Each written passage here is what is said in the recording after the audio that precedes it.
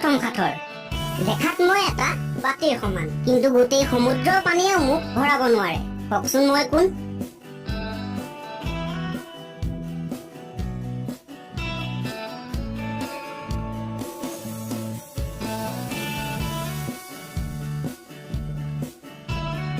এই সাঁথৰটোৰ উত্তৰ হ'ল চাকনি।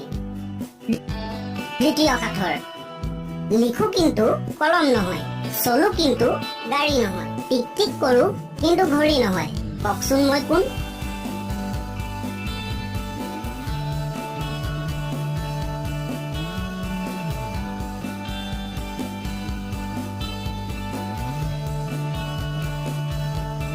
এই সাঁথৰটোৰ শুদ্ধ উত্তৰ হ'ল টাইপৰাইটাৰ।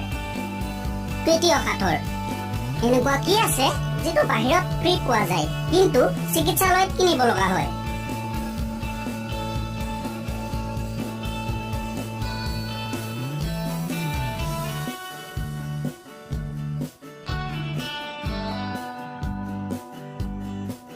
এই সাঁথৰটোৰ শুদ্ধ উত্তৰ হ'ল অক্সিজেন। চতুৰ্থ সাঁথৰ। এনেকুৱা কি আছে যিয়ে কেঁচুৱাক ডেকা আৰু ডেকাক বুঢ়া বনাব পাৰে?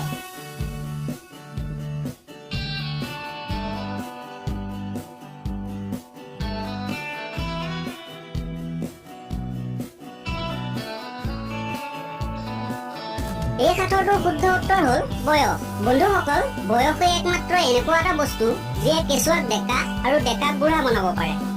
পঞ্চম সাঁথৰ। এনেকুৱা কি বস্তু আছে যিটো যিমানে বেছি আপোনাৰ ওচৰত থাকিব সিমানেই কম দেখা পাব?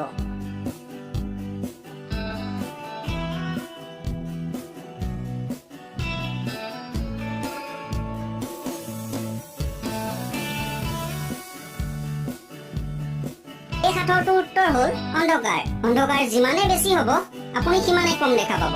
আজিৰ এই ভিডিঅ'টো চাই ভাল পালে এটা লাইক কৰিব নাপাহৰিব। লগতে বন্ধুসকলৰ লগতো শ্বেয়াৰ কৰিব। চেনেলটো ছাবস্ক্ৰাইবটো কৰিবই।